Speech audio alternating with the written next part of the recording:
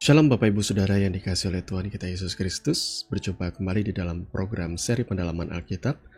Bersama saya Billy Elia yang seperti biasa akan menemani saudara selama kurang lebih 10-20 menit ke depan, di mana saya akan mengajak Bapak Ibu Saudara untuk kita bersama-sama membaca dan merenungkan kebenaran firman Tuhan perikop demi perikop dimulai dari Perjanjian Baru. Dan di dalam seri pendalaman Alkitab kali ini kita memasuki perikop yang ke-57 yang kali ini terambil dari Injil Matius pasal 13 ayat 31 sampai dengan ayat yang ke-35 dengan perikop perumpamaan tentang biji sesawi dan ragi. Dan apabila Bapak Ibu Saudara sudah mempersiapkan Alkitabnya masing-masing, saya mau mengajak kita untuk membaca nas kebenaran firman Tuhan ini bersama-sama. Sekali lagi Matius 13 ayat 31 sampai dengan ayat yang ke-35.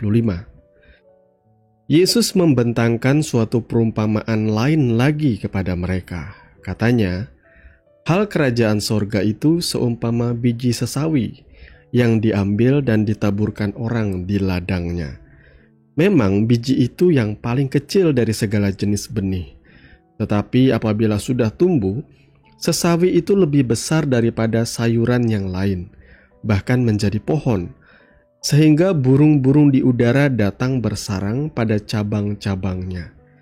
Dan ia menceritakan perumpamaan ini juga kepada mereka.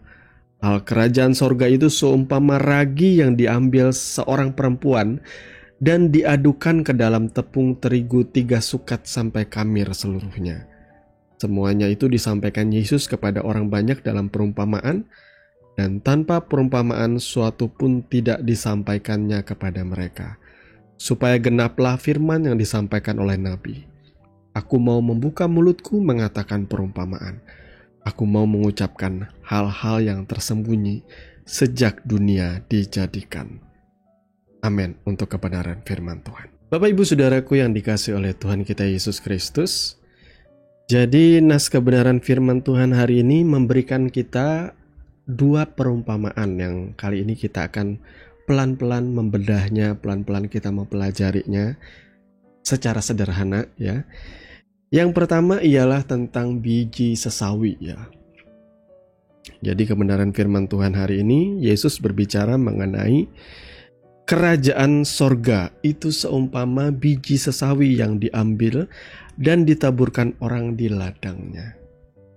Nah, hari ini kita berada di zaman yang serba maju, khususnya di dalam teknologi, sistem informasi ya. Saudara bisa dengan sangat amat mudah mencari di Google ya, seperti apakah biji sesawi itu dan seperti apakah pohon sesawi itu. Jadi biji sesawi itu sangat kecil, saudaraku. Bahkan disebutkan di dalam Alkitab di sini ya, dia adalah benih yang terkecil daripada sayur-sayuran yang lain. Biji sesawi itu mungkin kalau saudara bisa membayangkan ya, itu seperti biji wijen ya. Kecil sekali bukan, saudara? Tapi ketika ia ditaburkan di ladang, dibiarkan tumbuh, ia akan menjadi sebuah pohon yang besar, yang rindang dengan dahan-dahannya, dengan daun-daunnya yang rimbun, bahkan burung-burung itu membuat sarang di dahan-dahannya. Jadi Yesus memberikan gambaran bagi kita bahwa hal kerajaan sorga itu seperti biji sesawi yang dipandang enteng, kecil, yang seolah-olah tidak berarti, seolah-olah tidak memiliki dampak yang besar. Tapi ketika ia bertumbuh, kata kuncinya di sini ialah bertumbuh. Biji yang terkecil ini, dia punya kemampuan, kapabilitas untuk menjadi besar, menjadi pohon yang sangat amat besar dan rindang dan rimbun. Jadi maksudnya apa? Saya percaya saudara sudah paham ya. Hal kerajaan sorga itu seperti itu. Kalau kita memiliki iman yang kecil saja, seperti biji sesawi, firman Tuhan katakan, kita memiliki kuasa untuk memindahkan sebuah gunung untuk tercampak ke dalam laut. Kalau kita punya iman sebesar biji sesawi ya, Tapi apakah kita perlu melemparkan gunung ke dalam laut, saudaraku? Saya percaya kalau Tuhan memberikan kita kuasa, otoritas, tentu bukan untuk menjadi superhero yang seperti itu ya. Pasti semuanya itu ada tujuannya. Segala yang Yesus lakukan bahkan di dalam Alkitab yang tercatat di dalam Injil, semuanya itu ada gunanya. Semuanya itu ada tujuannya. Ketika dia menyuruh orang-orang di sebuah jamuan pernikahan di Kana, dia menyuruh pelayan-pelayan untuk memasukkan air ke dalam tempayan-tempayan. Semuanya itu bukan tidak ada gunanya. Karena kemudian air itu berubah menjadi anggur, bahkan anggur yang lebih enak daripada anggur yang dihidangkan sebelumnya. Yesus mengaduk-ngaduk tanah dan dia oleskan ke mata seorang buta. Kemudian dia suruh orang buta ini mencuci wajahnya, dan seketika itu juga ia bisa melihat. Semuanya itu ada tujuannya. Jadi saya percaya kalau kita punya iman yang berkuasa untuk memindahkan gunung agar tercampak ke laut, itu adalah sebuah gambaran sekalipun imanmu kecil, tetapi kalau engkau percaya dan tidak bimbang hatimu, maka apapun yang kau yakini pasti terjadi.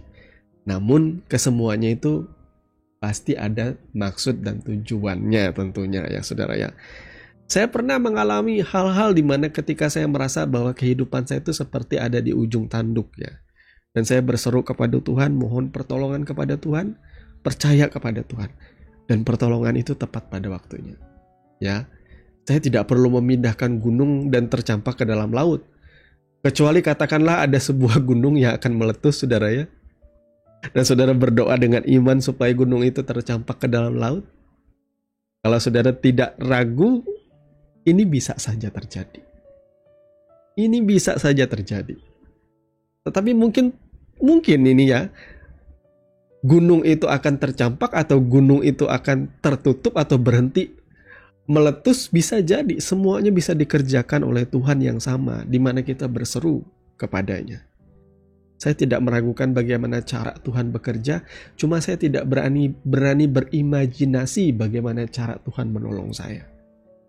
Karena banyak kali saya selalu berpikir kalau saya berdoa, saya pasti akan memikirkan cara Tuhan menjawab doa saya itu seperti ini, seperti ini, seperti ini. Tapi ternyata kemudian saya mendapati bahwa cara Tuhan menjawab doa saya itu tidak selalu dengan cara yang saya perhitungkan. Bahkan banyak kali dengan cara yang tidak pernah saya pikirkan. Seperti kebenaran firman Tuhan yang tentunya sering saudara baca ya. Dia yang menyediakan lebih daripada apa yang bisa kita pikirkan. Jadi saudaraku, hal kerajaan sorga, kita fokus di sini dulu. Hal kerajaan sorga itu seperti biji sesawi. Jadi iman kita yang dimulai dengan mempercayai bahwa Yesus adalah Tuhan dan Juru Selamat. Dimulai dari situ dulu. Ketika kita percaya bahwa Yesus Kristus adalah Tuhan yang sudah menebus dosa-dosa dan pelanggaran kita. Ketika kita percaya bahwa Yesus sudah menebus dan mengampuni segala dosa kita. Dimulai dari itu dulu. Kemudian kita bertekun, bertumbuh. Walaupun tidak kelihatan di awalnya. Tapi lama-kelamaan biji ini ketika ia bertumbuh tanpa orang sadari, pelan-pelan ia akan mengeluarkan tunasnya. Pelan-pelan ia akan menjadi anakan. Dia akan menjadi pancang, tiang. Dia mulai menjadi pohon. Sampai akhirnya dia mengeluarkan dahan-dahan dan dedaunan yang rimbun. Sehingga burung-burung bisa membuat sarang di atasnya. Ini adalah gambaran dari kerajaan surga. Yesus memulai pelayanannya dari hal yang kelihatannya kecil, dari kelompok kecil, little flock ya, kawanan kecil. yakni cuma 12 murid. Di mana ia mendidik, mengajar mereka setiap hari. Dan ia langsung membimbing murid-muridnya itu terjun ke pelayanan penginjilannya, berkeliling dari satu desa ke desa yang lain, dari satu kota ke kota yang lain. Ia mengajar dan ia juga menunjukkan kuasanya. Dan dari 12 yang kecil ini tidak dipandang ini, saudara bisa bayangkan hari ini kekristenan itu sudah hampir menguasai dunia ini. Dan kalau kita pertimbangkan ya, sejak lebih dari 2000 tahun yang lalu, sudah berapa banyak orang-orang percaya yang diselamatkan dari sepanjang zaman sampai hari ini. Dan banyak yang sudah meninggal di dalam imannya tentunya. Banyak yang sudah menjadi tua dan meninggal, dan mereka memegang teguh imannya kepada Yesus Kristus. Nah, sekarang kita akan lanjut kepada perumpamaan yang kedua. Perumpamaan yang kedua itu disebutkan Yesus di sini adalah hal kerajaan sorga itu seumpama ragi yang diambil seorang perempuan dan diaduknya ke dalam tepung terigu 3 sukat sampai kamir seluruhnya. Ya, maksudnya apa sih ya?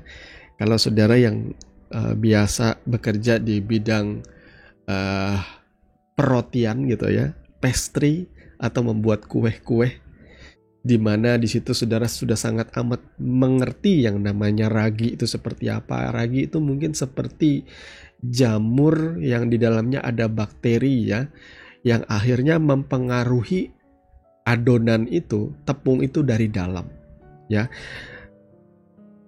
Tepung terigu 3 sukat itu sebenarnya banyak, saudaraku.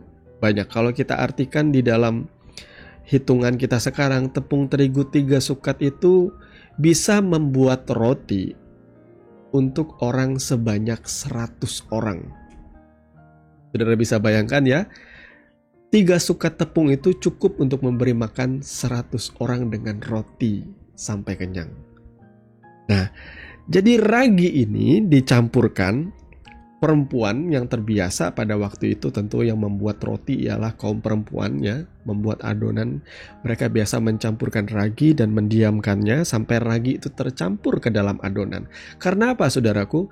Karena kalau tepung itu tidak dicampur dengan ragi, maka ketika dibakar ia tidak bisa mengembang dan akhirnya tidak bisa dimakan. Jadi di sini ragi itu sangat amat penting kegunaannya untuk proses pembuatan roti yang biasa dimakan oleh orang-orang di Israel di masa itu sebagai makanan pokok mereka ya.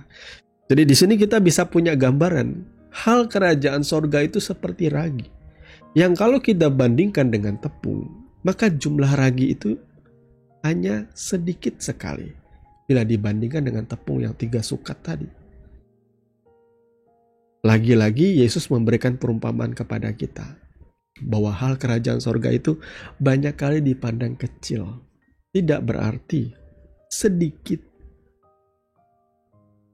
Tetapi kemudian ia mempengaruhi seluruh adonan itu dari dalam. Dengan iman yang sederhana dalam kehidupan saudara, saudara bisa mengubah seluruh adonan itu menjadi sesuatu yang berguna, mengembang dan ya tentunya bisa dinikmati. Maka Bapak Ibu Saudara yang dikasihi oleh Tuhan kita Yesus Kristus, jangan pernah lagi memandang kecil imanmu. Sesederhana apapun keyakinanmu berjalan mengikuti Tuhan, maka percayalah bahwa kalau engkau bertumbuh, kata kuncinya di situ. Dan kalau engkau mengizinkan Tuhan bekerja melalui kehidupanmu, maka tidak ada perkara yang mustahil yang tidak bisa engkau lakukan. Apa pergumulan saudara hari ini? Ya, di zaman sekarang ya, memang kita harus akui hari-hari ini bisa dibilang hari-hari yang jahat. Kita dituntut menjadi orang Kristen, orang percaya itu harus tetap mempertahankan iman kita, kesucian kita di tengah dunia yang sudah rusak ini. Hari-hari ini orang tidak sungkan-sungkan untuk menunjukkan perbuatan-perbuatan dosa mereka dan dengan gaya hidup yang bebas. Orang berani menghujat Tuhan. Mereka memandang bahwa Tuhan tidak ada lagi, kita hidup sebebas-bebasnya saja. Dan bagi orang-orang percaya yang tidak mempertahankan iman yang sederhana, dia mungkin saja akan terpengaruh. Ya, apalagi kalau itu terjadi setiap hari, bisa jadi semua itu akan menggoyahkan iman saudara. Tetapi kalau saudara percaya bahwa kerajaan sorga itu ada di dalam hidup saudara, benih itu, Roh Kudus yang diam dalam hidup saudara, maka seharusnya saudara tetap mempertahankan iman saudara. Sebabnya Yesus selalu mengingatkan kepada murid-muridnya supaya mereka senantiasa berjaga-jaga dan berdoa, supaya iman mereka jangan menjadi gugur. Karena tantangan ke depan itu akan begitu banyak menerpa kehidupan mereka. Kehidupan kita orang percaya juga. Ada begitu banyak tantangan yang hari ini diperhadapkan, godaan dan lain sebagainya. Tapi mari kita bertumbuh di dalam iman. Ya, tanpa saudara sadari, pertumbuhan saudara itu akan membuat saudara tidak lagi menjadi biji atau benih itu terus-menerus. Tetapi saudara akan perlahan-lahan menjadi pohon yang kokoh, yang kuat, yang bahkan bisa menjadi penghidupan bagi orang lain. Tuhan Yesus memberkati firman-Nya dan mari kita berdoa. Bapa Surgawi, Bapa di dalam nama Tuhan Yesus, terima kasih untuk kebenaran firman yang sudah sama-sama kami dengarkan di kesempatan kali ini. Tuhan tolong kami, agar kebenaran firman ini boleh kami jalankan, boleh kami lakukan di dalam kehidupan kami. Hari demi hari, Tuhan memimpin kami, Tuhan mengajarkan kami. Agar kami bertumbuh Tuhan. Dan kami memberikan dampak, kegunaan, manfaat bagi sesama kami.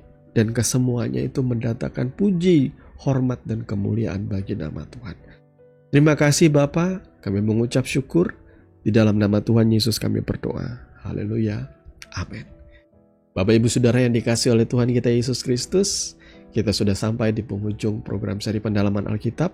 Kami mengucapkan banyak terima kasih buat Bapak Ibu Saudara yang tetap mendukung kami di dalam doa dan setia mengikuti channel ini dan mungkin juga merekomendasikannya buat saudara-saudara yang lain sehingga mereka juga boleh bertumbuh bersama-sama dengan kita di dalam setiap saat-saat teduh kita.